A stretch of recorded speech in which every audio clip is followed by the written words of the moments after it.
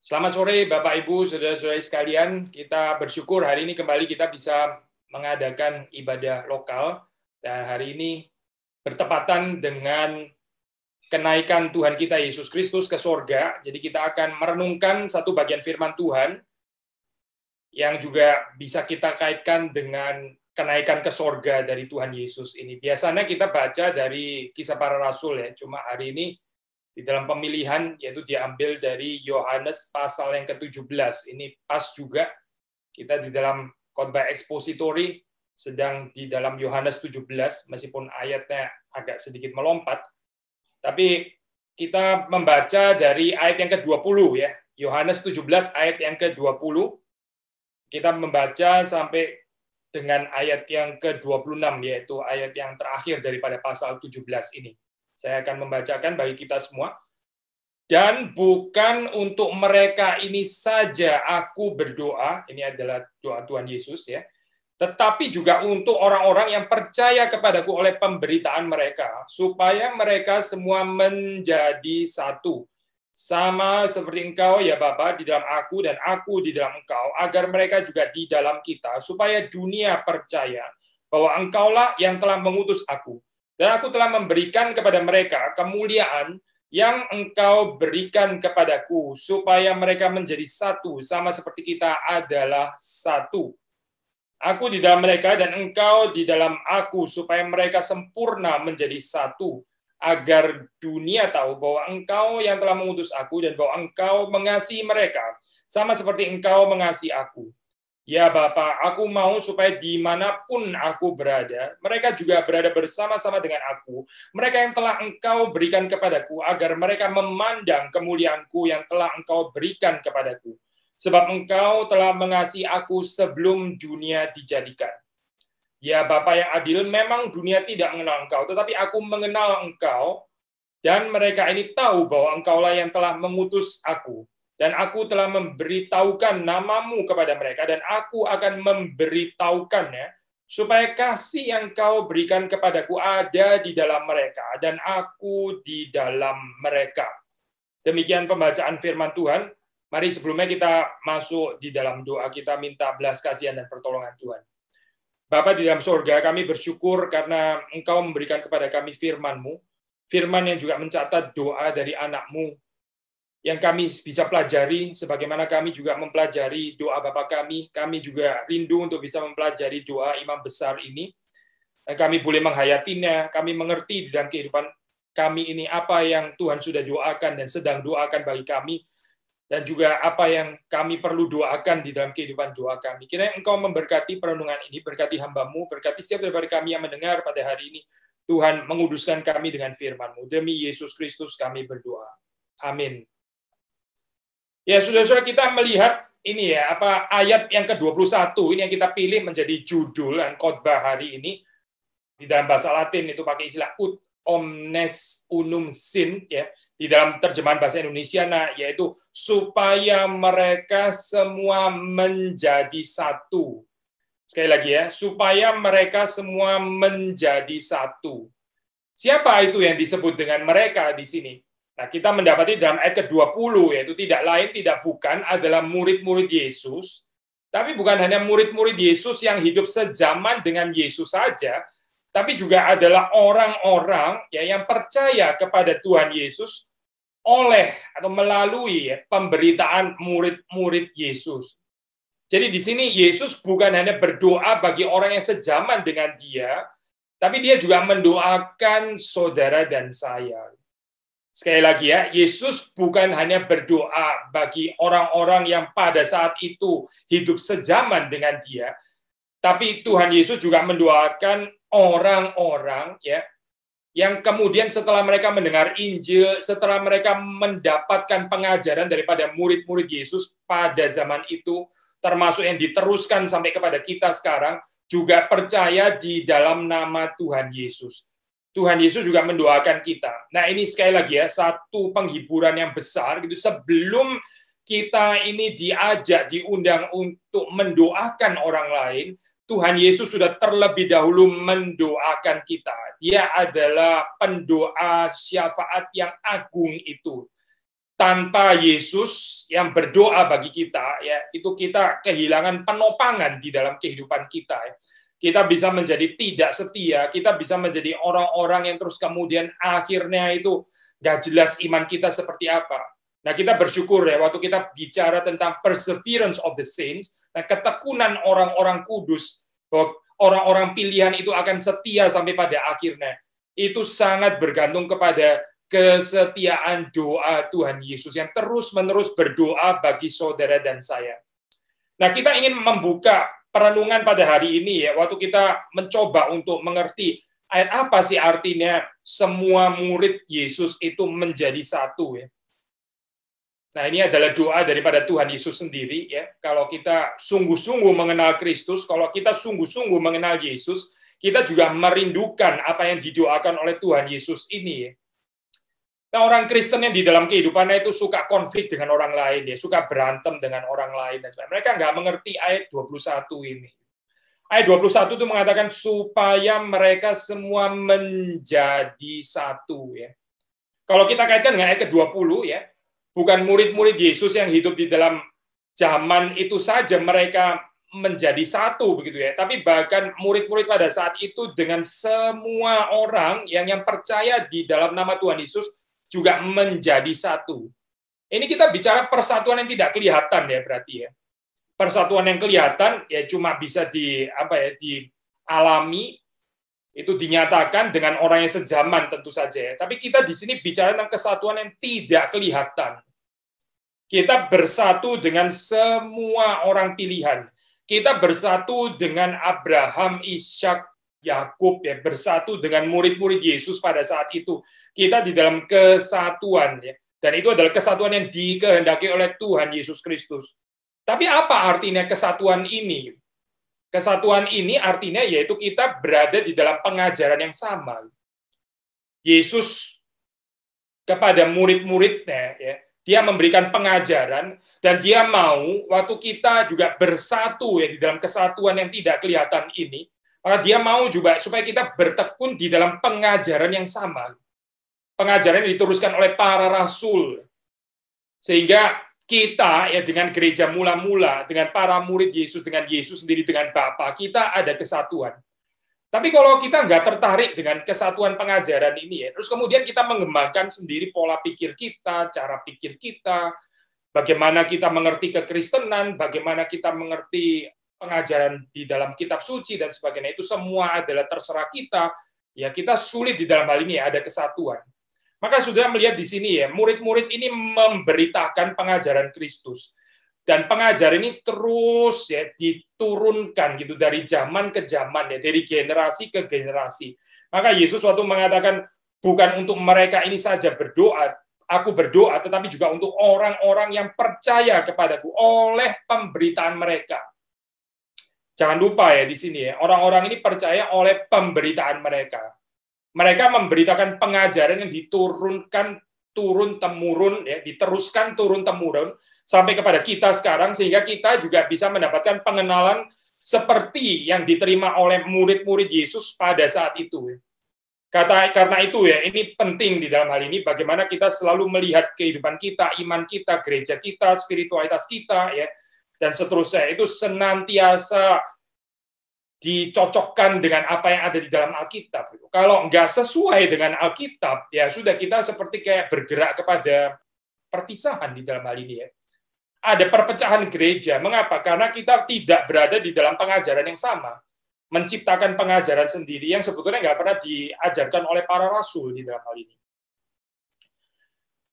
Poin berikutnya yang penting yang juga kita perlu hayati adalah ini bagaimanapun adalah doa daripada Tuhan Yesus Kristus ya. Seperti kita tahu, mungkin sebagian daripada kita tahu ya, ini ayat ke-21 ini seringkali dijadikan ayat yang melandasi gerakan oikumene ya.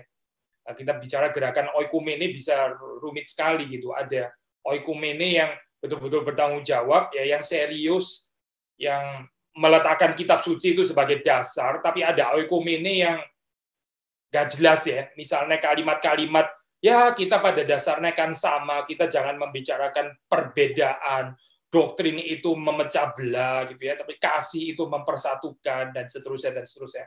gambaran oikumene seperti ini, oikumene yang nggak jelas itu. Kita nggak mau model seperti itu ya. Tetapi bahwa semua murid Yesus, bahwa semua orang percaya itu seharusnya menjadi satu. Itu adalah doa dari Tuhan Yesus Kristus. Kalau kita nggak punya kerinduan ini, ya kita nggak mengerti doa Tuhan Yesus di dalam Yohanes pasal yang ke-17 ini. Tetapi despite ini ya, despite apa itu gerakan untuk menjadi satu ya, kita mesti hati-hati ya, supaya kita jangan mencoba untuk menjadi satu itu dengan kekuatan kita sendiri, karena itu sudah mengkhianati atau kita nggak mengerti Yohanes pasal 17 ini. Ini adalah sesuatu yang Tuhan Yesus itu karuniakan. Ini sola gratia.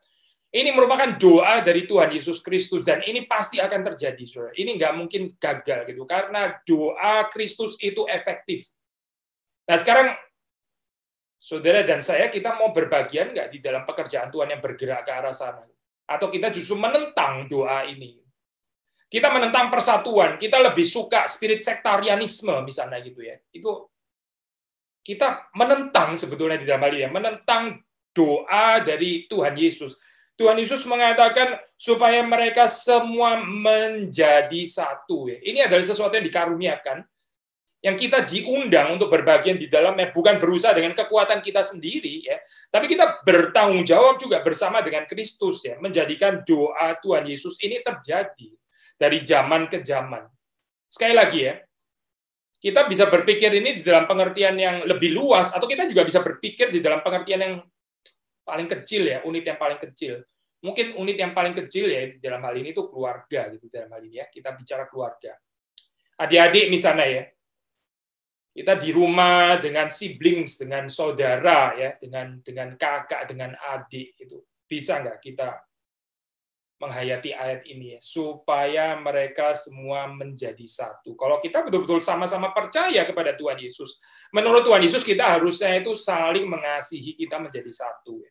Tapi kita melihat ya, seringkali kita itu nggak cocok, bahkan dengan anggota keluarga kita sendiri. Papa sering berantem dengan mama, gitu ya. Terus kemudian anak-anak juga nggak bisa akur, nggak bisa rukun, dan sebagainya. Padahal ini unit yang terkecil. Supaya mereka semua menjadi satu. Mari kita belajar menghayati ini ya. Pertama, ya di dalam takaran yang paling sederhana, di dalam perkara-perkara yang paling kecil, yaitu di rumah tangga kita. Gitu. Kita ini dipersatukan bukan karena kita satu keluarga, ya, bukan. Itu bukan persatuan Kristen. Persatuan Kristen mengatakan kita ini dipersatukan karena kita sama-sama percaya kepada Tuhan Yesus Kristus, meskipun kita ada perbedaan. Jadi kita dipersatukan di dalam Kristus, di dalam hal ini ya. Seperti Kristus sendiri juga bersatu dengan Bapanya. Bukan berarti Yesus dan Bapa itu sama. Bukan berarti Yesus adalah Bapa, Bapa adalah Yesus. Bukan. Ini dua pribadi yang berbeda. Tapi meskipun berbeda, ada kesatuan. Nah, kita belajar menghayati ini dalam kehidupan keluarga. Ini yang paling, menurut saya, yang paling sederhana. Gitu. Bagaimana kita menghayati kesatuan di dalam kehidupan keluarga. Ya. Meskipun ada perbedaan-perbedaan. Lalu setelah itu bagaimana ya? Unitnya lebih besar. Ya. Kita bisa bicara kesatuan di dalam gereja misalnya. Kesatuan di dalam gereja. Kita tahu ya, jemaat Yohanes ini bergumul pada akhirnya. Ada kelompok yang akhirnya meninggalkan mereka karena mereka tidak setia ya di dalam pengajaran para rasul. Mereka memikirkan Kristus yang lain, yang berbeda. Ya sebetulnya bukan Kristus itu. Mereka nggak percaya bahwa Kristus itu sungguh-sungguh inkarnasi. Mereka nggak percaya bahwa Yesus itu sungguh-sungguh mempunyai darah daging, ya, sama seperti manusia. Mereka nggak percaya. Pandangan itu disebut pandangan doketisme. Ya. Dan akhirnya kelompok itu meninggalkan komunitas atau jemaat yang dilayani oleh Yohanes ini. Karena mereka tidak bertekun di dalam pengajaran para rasul. Mereka menciptakan pengajaran mereka sendiri. Ya. Ini pengajaran sesat. Jadi jemaat dari Yohanes ini ya, bergumul dengan persoalan kesatuan di dalam gereja. Nah, kalau kita memperluas di dalam gambaran kesatuan gereja, misalnya yang dilayani oleh Paulus, ya, saudara juga bisa melihat di situ ada pergumulan ya di dalam kesatuan gereja. Tapi kalau kita percaya di dalam Kristus, kita percaya Kristus itu hadir menciptakan persatuan ini, menghadirkan kesatuan ini di dalam gereja, kesatuan yang menggeser, yang merelativisasi konflik-konflik atau perpecahan kelas-kelas yang diciptakan di dalam dunia ini. Ya di dalam zamannya Paulus, ya di dalam zamannya Yohanes, di dalam zaman gereja mula-mula itu misalnya apa? Misalnya orang kaya dan orang miskin. Misalnya antara laki-laki dan perempuan. Misalnya antara orang Yahudi dan non-Yahudi gitu misalnya, orang yang dianggap memiliki hukum Taurat dan yang bangsa-bangsa yang tidak memiliki hukum Taurat, itu dibedakan dan sangat dibedakan. Ya beberapa yang kita sebut ini dalam zaman kita mungkin nggak terlalu relevan ya, tapi beberapa itu masih sangat relevan.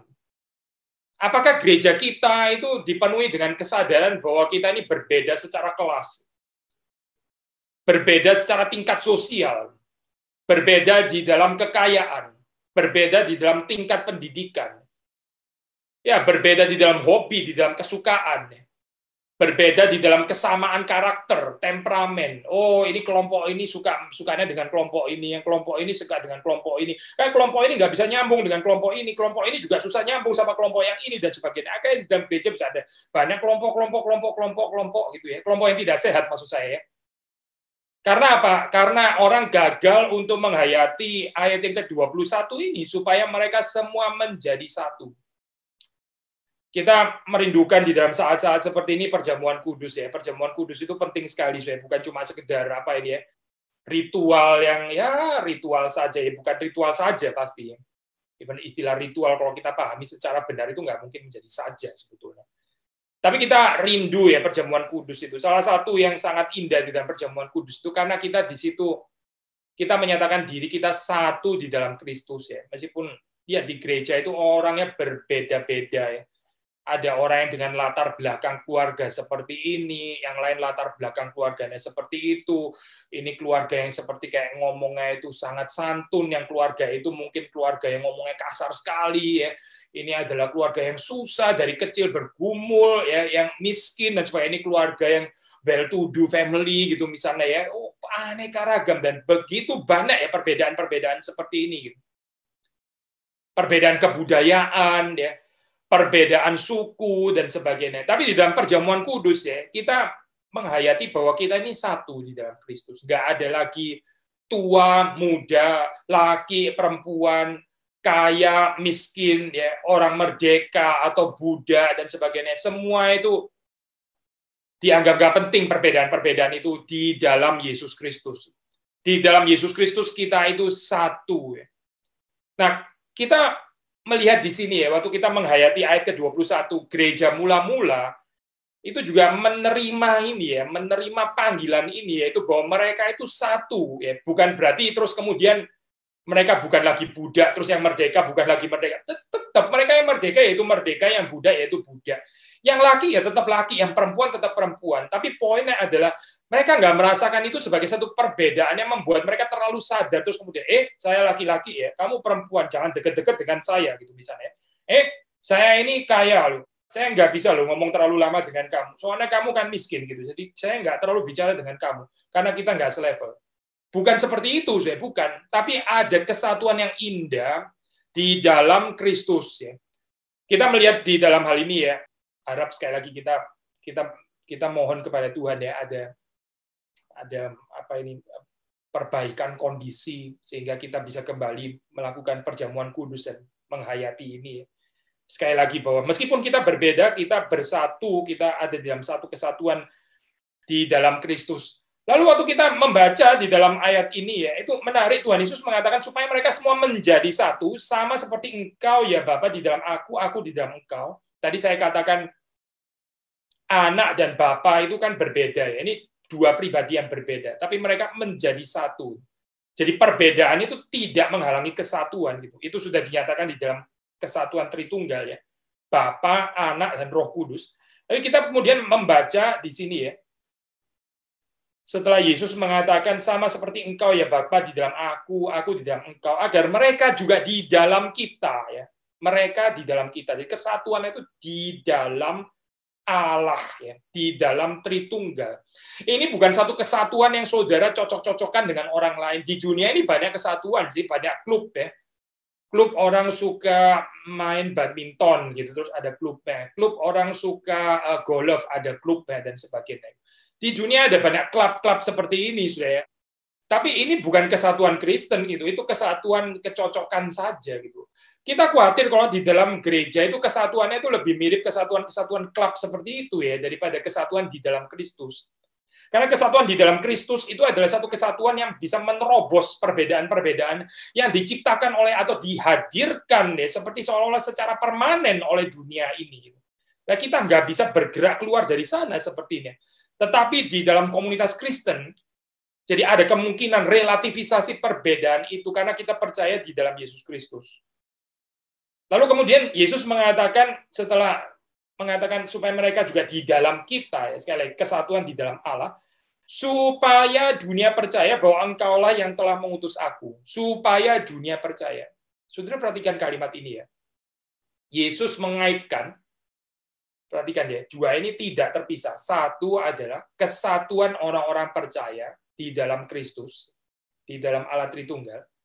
Lalu kemudian yang kedua itu adalah dunia itu percaya, ya. Bukan percaya kita ya, tapi percaya Bapa, percaya anak, percaya Bapa yang mengutus anak, percaya anak yang diutus oleh Bapa. Saudara perhatikan ya ini keterkaitannya ya. Kita menjadi satu ya di dalam Kristus, lalu dunia percaya kepada Yesus Kristus. Maksudnya apa sih?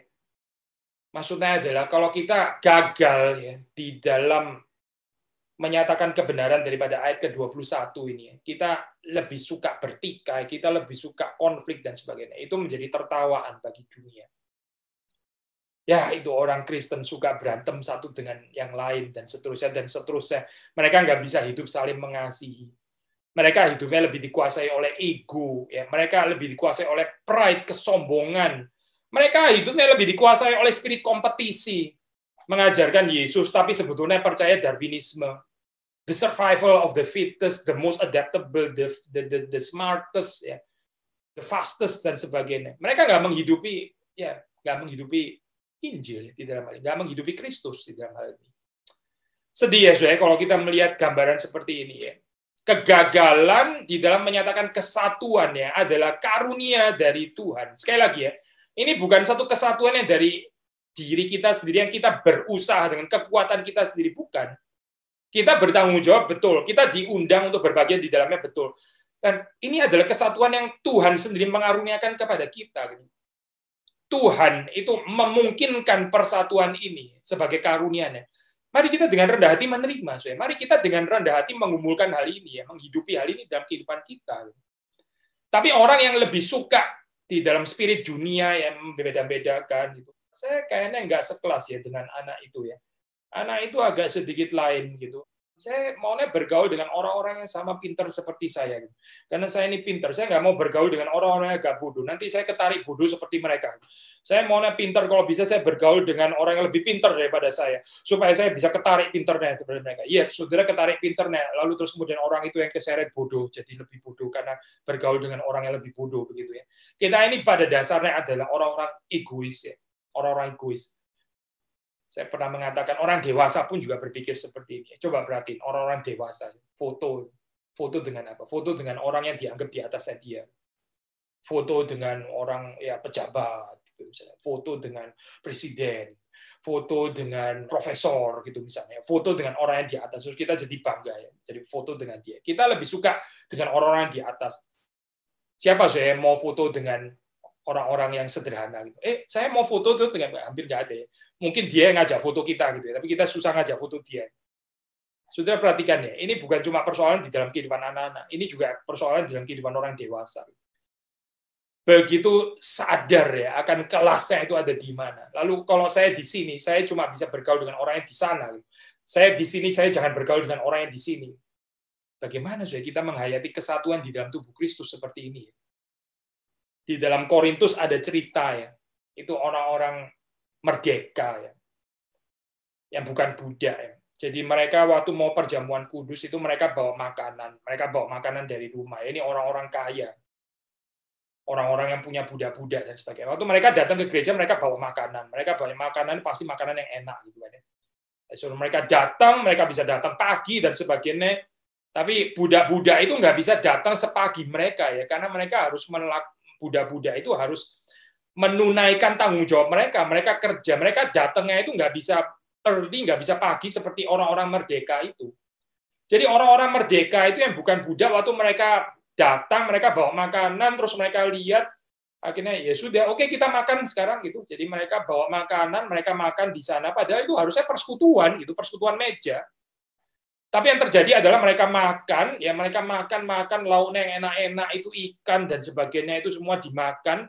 Terus kemudian waktu budak-budak itu mulai datang, ya datang mau ibadah bersama-sama, sudah tinggal rotinya doang.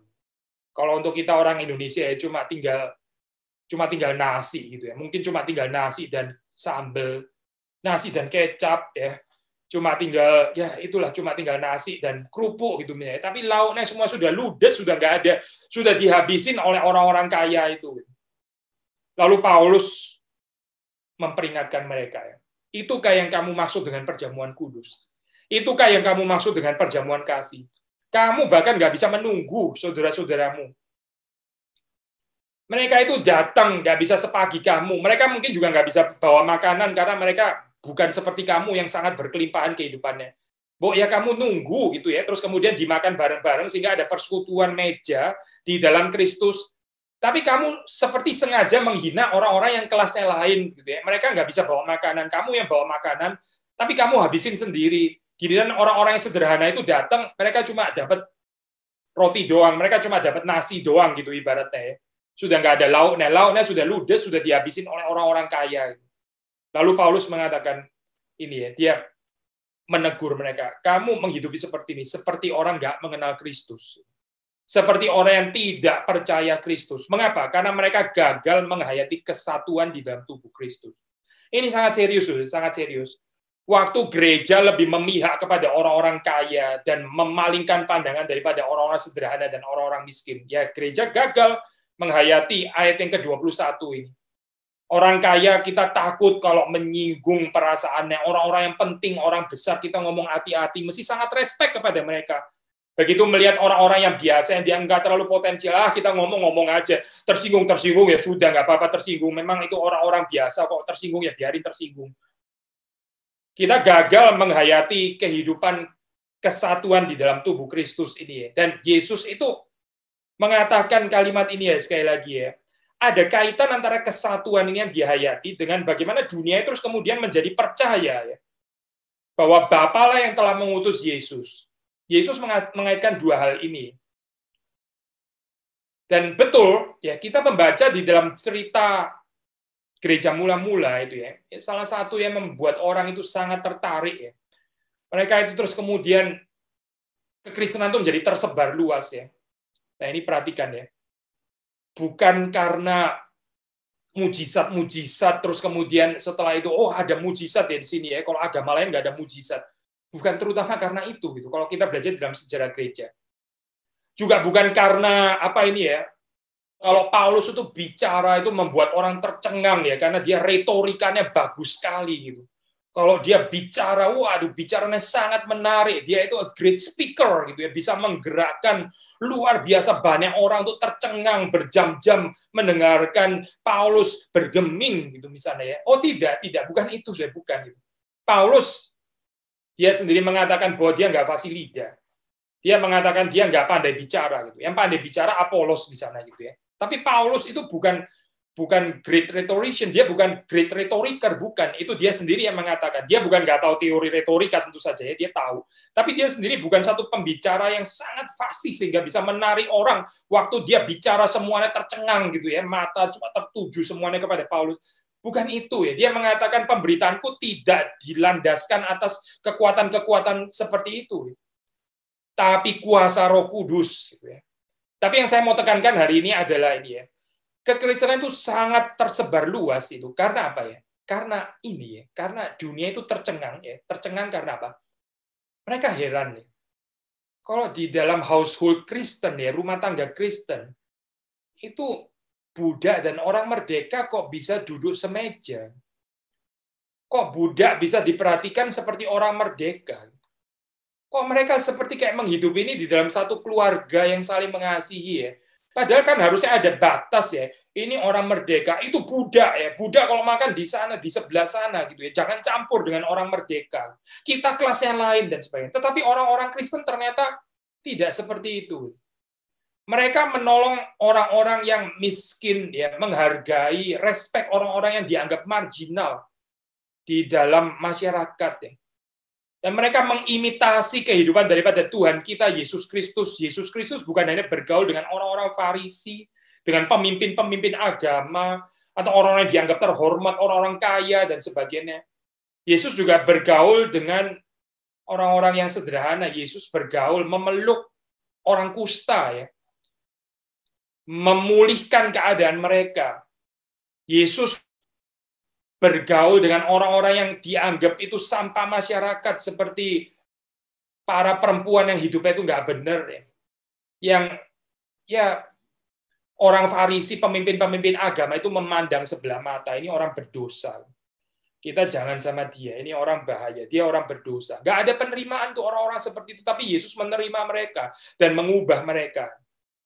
Orang-orang yang dianggap koruptor, ya, orang-orang yang dianggap serakah, ya, cinta uang dan sebagainya, orang-orang yang dianggap musuh daripada orang-orang Yahudi, ya, tapi Yesus mengetahui kedalaman hati mereka sebetulnya seperti apa, ya. Mungkin mereka dianggap cinta uang, mereka dianggap sudahlah nggak mungkin ada pertobatan untuk orang-orang yang seperti ini, tetapi Yesus menaruh pengharapan di dalam kehidupan orang-orang seperti itu, para pemungut cukai. Dan masih banyak cerita-cerita yang lain, ya. Anak-anak yang dihalang-halangi untuk mau bertemu dengan Kristus. Anak-anak ini tahu apa sih dengan pembicaraan orang dewasa. Bahkan murid-muridnya berpikir demikian. Anak-anak juga nggak usah terlalu dianggaplah, kita bicara sesama orang dewasa saja. Tetapi Yesus memeluk dan memberkati anak-anak. Ya. Nah ini ya yang diimitasi oleh gereja mula-mula. Dan ini menghadirkan kesatuan di dalam tubuh Kristus. Kita rindu nggak sih ada kesatuan seperti ini, ya? Dan kalau ini terjadi di dalam gereja saudara, di dalam gereja kita, ya, dalam gereja saya, dalam gereja saudara, dimanapun saudara bergereja, kita diberkati Tuhan, ya. Kita sedang menghayati apa yang didoakan oleh Tuhan Yesus Kristus di dalam Yohanes pasal yang ke-17 ini. Tetapi sekali lagi, ya, waktu ada partiality, ya, waktu ada keberpihakan, ya, keberpihakan kepada orang kaya, keberpihakan kepada orang yang dianggap potensial, keberpihakan kepada orang yang talented, keberpihakan kepada orang yang dianggap pinter, dan sebagainya, dan sebagainya. Ya, gereja gagal menghayati Yohanes pasal yang ke-17 ini. Sekali lagi ya, saya baca ayat ke-21 yang sangat penting ini. Supaya mereka semua menjadi satu sama seperti Engkau, ya Bapa, di dalam aku dan aku di dalam Engkau, agar mereka juga di dalam kita. Sekali lagi, kesatuan adalah di dalam Allah Tritunggal. Agar mereka juga di dalam kita, supaya dunia percaya, ya, dengan orang-orang Kristen itu di dalam Kristus, di dalam Bapa, dunia itu percaya bahwa Engkaulah, ya, Bapalah yang telah mengutus Kristus, yang telah mengutus Anak. Aku telah memberikan kepada mereka kemuliaan yang Engkau berikan kepadaku, supaya mereka menjadi satu sama seperti kita adalah satu. Gereja itu dipersatukan, ya, orang-orang Kristen itu dipersatukan, ya, waktu kita itu melihat kemuliaan Kristus. Sekali lagi ya, kita dipersatukan karena kita ini sama-sama tertarik untuk melihat kemuliaan Kristus. Dari sini kita langsung jelaskan secara negatif ya. Kalau kita tertarik dengan kemuliaan kita sendiri, kalau kita tertarik dengan kemuliaan gereja kita sendiri, kalau kita tertarik dengan kemuliaan image kita sendiri, wajah kita sendiri, muka kita sendiri, ya, alamat ada perpecahan ya di dalam gereja. Di dalam gereja akan terjadi perpecahan waktu orang itu menyelamatkan kemuliaannya sendiri-sendiri. Waktu ini bukan tentang kemuliaan Kristus, ini tentang kemuliaan pribadi, ya. Ini tentang bahkan kemuliaan gereja itu sendiri. Ya nggak ada persatuan. Karena apa? Ya karena visinya bukan kemuliaan Kristus. Kemuliaan Kristus ini begitu penting ya untuk Injil Yohanes itu, untuk Yohanes ya. Dia terus-menerus mengajarkan kepada jemaatnya. Nah, kalau kita kaitkan dengan teologi Perjanjian Lama ya, ini seperti yang dibicarakan di dalam kitab Keluaran. Kitab Keluaran itu membicarakan tentang kemuliaan Allah. membicarakan tentang the glory of God, ya, yang orang Israel itu melihat, ya. Bagi Yohanes, ya, sekarang kemuliaan Allah yang dulu dinyatakan di dalam Exodus itu sekarang sudah ada bersama, ya, tinggal di tengah-tengah umatnya, berkemah di tengah-tengah umatnya. Siapa? Yaitu Logos. Logos yang menjadi daging, ya. Kristus itulah. Itu sebetulnya, ya, yang mau dilihat oleh orang-orang di dalam zaman Musa, ya. Mereka melihatnya dengan samar-samar. Tetapi Yohanes berani mengatakan Logos itu, ya, dia tinggal, dia berkemah di antara kita. Berarti ini adalah penggenapan daripada kemuliaan yang dulu dibicarakan di dalam kitab Keluaran, yang diselidiki oleh para nabi dan sebagainya, yang dilihat oleh Yesaya di dalam pasal yang ke-6. Nah, waktu kita mengenal hal ini, ya, kita seharusnya tertarik, ya. Dan ini adalah keselamatan. Keselamatan itu adalah kita dibebaskan, ya, kita ditebus, kita dikeluarkan daripada ketertarikan kemuliaan yang bukan-bukan, yang bukan kemuliaan Tuhan. Entah itu kemuliaan keluarga kita sendiri, kemuliaan gereja kita sendiri, kemuliaan muka saya, kemuliaan ras suku saya, ya, kemuliaan yang bukan kemuliaan Kristus. Kita itu dibebaskan daripada itu supaya kita bisa melihat kemuliaan Kristus. Di dalam Yohanes 1, ya, ini sebetulnya merupakan sesuatu yang sudah dibicarakan secara programatik, ya, kalau saudara membaca di dalam Yohanes 1, ya, itu kita sudah bisa mendapati konsep tentang kemuliaan di dalam ayat yang ke-14, ya. Firman, Logos itu telah menjadi manusia dan diam di antara kita. Logos itu menjadi manusia, dia diam di antara kita. Tadi saya mengatakan berkemah di antara kita, ya. Seperti di dalam kitab Keluaran. Nah, kita telah melihat kemuliaannya. Musa, bangsa Israel, dicatat dalam kitab Keluaran, melihat kemuliaan Tuhan yang dinyatakan pada saat itu, ya. Yohanes mengatakan, inilah sekarang kemuliaan Allah di dalam Kristus. Lalu kita membaca, yaitu kemuliaan yang diberikan kepadanya sebagai anak tunggal Bapa. Anak tunggal Bapa. Di dalam Keluaran, ya, orang Israel melihat kemuliaan Tuhan. Misalnya dalam apa? Misalnya, ya, itu tiang api, tiang awan, ya, tiang awan yang menuntun pada siang hari, tiang api yang menuntun pada malam hari. Itu kemuliaan dinyatakan di sana. Waktu Musa, ya, dengan kuasa Tuhan, dia membelah Laut Merah itu sehingga orang Israel bisa menyeberang di sana. Itu kemuliaan Tuhan sekali lagi dinyatakan di sana. Yohanes mengatakan, ini loh penggenapan daripada tiang awan, tiang api itu, ya, sebetulnya, ya. Tuhan yang berkemah di antara umatnya, itu sebetulnya adalah Kristus. Lalu dia mengatakan kemuliaan diberikan kepadanya sebagai anak tunggal Bapa, Sang Logos, ya. Lalu perhatikan, ya, atribut ini, ya. Penuh kasih karunia dan kebenaran. Penuh kasih karunia dan kebenaran. Full of grace and truth. Kalau kita sungguh-sungguh mengerti, ya, kemuliaan Kristus seperti yang dinyatakan di dalam pasal ke-17 tadi, ya. Kan Yohanes mencatat doa Yesus yang bicara tentang kemuliaan, ya. Kemuliaan itu apa, saudara? Kemuliaan ada pada Kristus yang diberikan Bapa kepada Kristus itu apa? Supaya kita bisa melihat bahwa di dalam Kristus itu penuh kasih karunia dan kebenaran. Tadi kita sudah mengatakan, ya, kita nggak bisa bicara kesatuan tanpa pengajaran yang benar. Kalau kita memiliki pengajaran yang berbeda dengan yang dimengerti oleh para rasul, ya, kita menghadirkan perpecahan di situ. Tetapi kalau kita terus mempunyai kerinduan untuk mempelajari kebenaran, ya, mengetahui yang benar itu apa, gitu. Dan bukan hanya benar secara di dalam pengertian secara objektif saja, tapi yang benar bagiku itu apa. Saya sudah pernah membahas, ya, di dalam Injil Yohanes yang disebut kebenaran itu kan berbeda dengan dusta atau kebohongan. Dan dusta atau kebohongan yang dimaksud di sini itu terutama artinya bukan hoax, ya, saudara-saudara, bukan itu. Tapi di dalam pengertian penolakan seseorang, ya, untuk melihat dirinya itu di bawah terang firman Kristus. Sekali lagi, ya, orang-orang Yahudi itu berdusta, ya. Sampai Yesus mengatakan bapamu itu iblis, itu, ya. Mereka berdusta bukan karena mereka suka menyebar hoax atau apa, bukan itu konteksnya.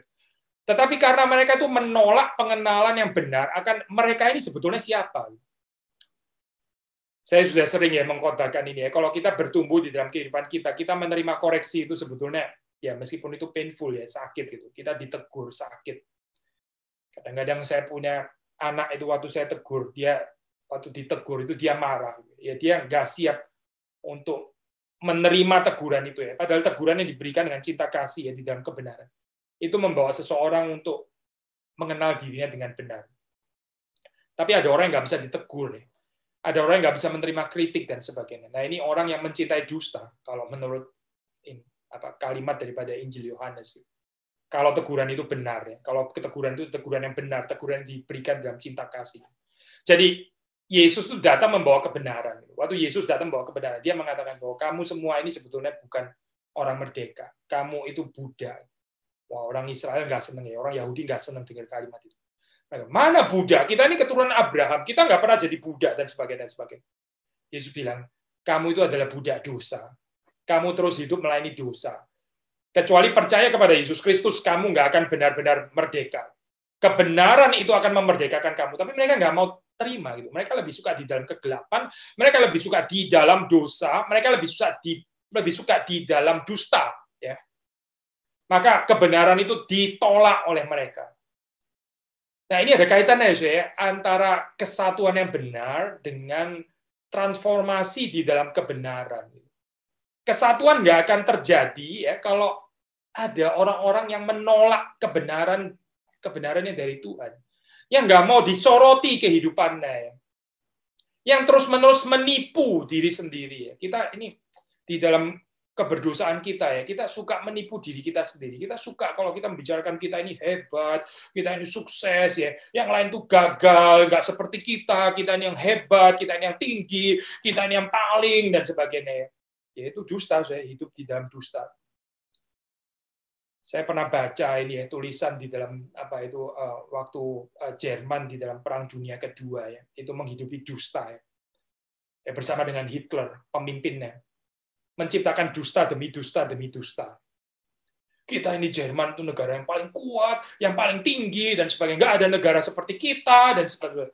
Waktu kalah pun kalah perang dan sebagainya. Ya, waktu mulai ada kesulitan nggak dibicarakan, ya ditekan. Ya. Ditekan, lebih suka bicara hal-hal yang positif, ya, yang bikin euforia.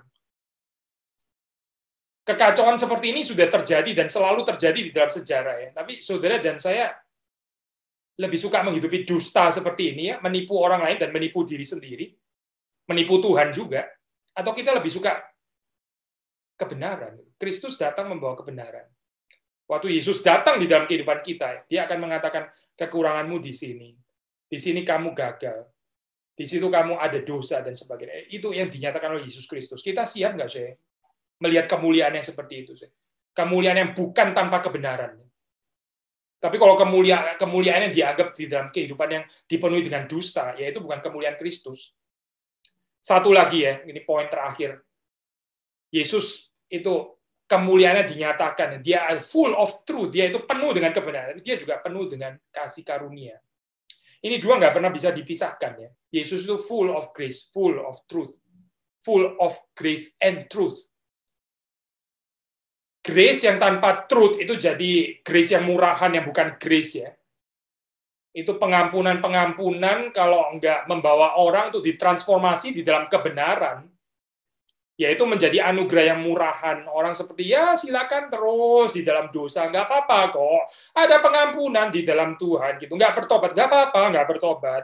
Toh ada pengampunan. Ya itu bukan anugerah yang asli ya, itu anugerah murahan. Anugerah palsu. Tapi sebaliknya juga betul ya. Kalau kita bicara tentang kebenaran ya. Tadi saya mengatakan waktu Yesus datang, dia akan menyingkapkan kita itu seperti apa.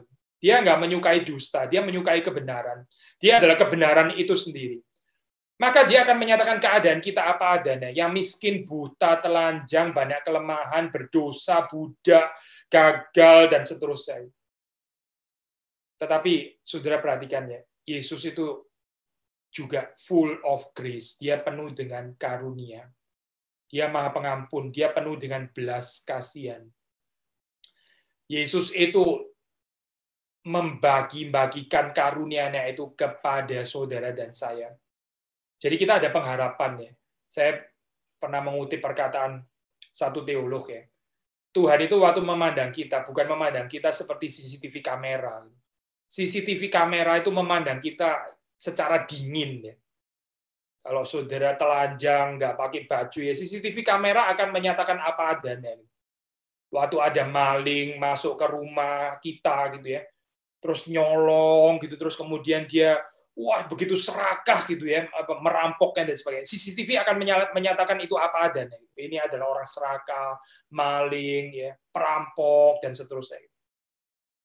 Tapi Tuhan waktu memandang kita ya, dia bukan memandang kita seperti CCTV seperti itu. Dia memandang kita secara tepat itu betul. Tetapi dia memandang kita dengan belas kasihannya. Seperti waktu Petrus jatuh ya. Tuhan Yesus memandang Petrus. Saya percaya itu adalah pandangan belas kasihan, pandangan yang merciful, satu pandangan yang gracious, pandangan yang penuh dengan kasih karunia. Yesus sudah mendoakan Petrus sebelumnya. Ini kita bicara doa kan ya di dalam pasal 17 ini. Yesus sudah mendoakan Petrus. Nah, Petrus akhirnya bisa kembali lagi direstorasi ya. Dia bertobat dan dia menyesali dosa-dosanya. Karena apa? Karena Tuhan Yesus mendoakan dia. Saudara melihat di sini keagungan dari cinta kasih Kristus, keagungan daripada kasih karunia ada pada Kristus. Dan waktu Yohanes mencatat ya, ini Yesus adalah penuh dengan kemuliaan. Kemuliaan itu diberikan oleh Bapa kepadanya. Kemuliaan ini kita nggak bisa tidak, kita harus memikirkan dengan tadi ya, pasal yang pertama itu. Kemuliaan ada pada Kristus. Itu apa ya? Yaitu bahwa Yesus itu full of grace and truth. Waktu Kristus mau memberikan kemuliaan ini juga kepada gerejanya, kepada saudara dan saya ya. Waktu dia terangkat naik ke sorga, ya dia akan memperlengkapi gerejanya juga dengan ini. Gereja itu diperlengkapi dengan grace and truth. Kiranya kita seperti Kristus. Kristus diutus oleh Bapa ya, dan ini adalah satu kemuliaan. Lalu gereja sendiri, waktu Yesus terangkat ke sorga, dia naik ke sorga. Dia juga mengutus murid-muridnya. Kita ada di dalam kesatuan, di dalam Bapa, di dalam Anak, di dalam Tritunggal, oleh Roh Kudus. Kita ada di dalam kesatuan itu. Kapan sih? Waktu kita, waktu gereja, itu memberi dirinya diutus oleh Kristus. Sama seperti Kristus diutus oleh Bapa. Saudara dan saya, waktu kita diutus oleh Kristus di dalam kuasa Roh Kudus, itu kita di dalam kesatuan seperti yang dikehendaki oleh Tuhan.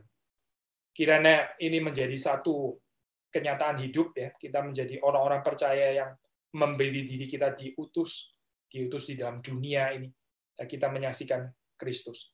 Tuhan memberkati kita semua. Mari kita masuk di dalam doa. Tuhan, kami bersyukur karena sebelum Engkau naik ke sorga, Tuhan sudah mendoakan murid-murid-Mu, termasuk juga Tuhan mendoakan kami. Dan sampai sekarang pun, sesuai dengan firman Tuhan, kami tahu bahwa Engkau pun masih berdoa bagi kami. Terima kasih Tuhan, karena kami tidak mengikut Engkau dengan kekuatan kami sendiri, tapi kami berjalan di dalam kekuatan yang Tuhan karuniakan. Dan kami rindu gereja-Mu ini boleh menjadi gereja yang terus mempunyai visi kemuliaan Kristus, bukan kemuliaan-kemuliaan yang lain. Bukan kemuliaan kami, bukan kemuliaan keluarga kami, bukan kemuliaan ras suku kami, bukan kemuliaan tingkat sosial kami, dan juga bahkan bukan kemuliaan gereja kami sendiri, tapi kemuliaan-Mu yang Engkau terima dari Bapa, yang Engkau sendiri juga berikan kepada gereja-Mu, kepada kami. Tolong supaya kami bisa menghayati apa artinya melihat kemuliaan-Mu, yaitu melihat Engkau yang penuh dengan kasih karunia dan kebenaran. Tuhan kuduskan kami, Tuhan sucikan kami. Dan ketika kami diutus ke tengah-tengah dunia ini, seperti domba yang berada di tengah-tengah serigala, sekali lagi, Tuhan menolong kami untuk menghayati persekutuan, kesatuan, bukan hanya di antara sesama orang percaya, tapi juga kesatuan dengan Engkau sendiri. Terima kasih Tuhan, demi Yesus Kristus kami berdoa, kami bersyukur. Amin.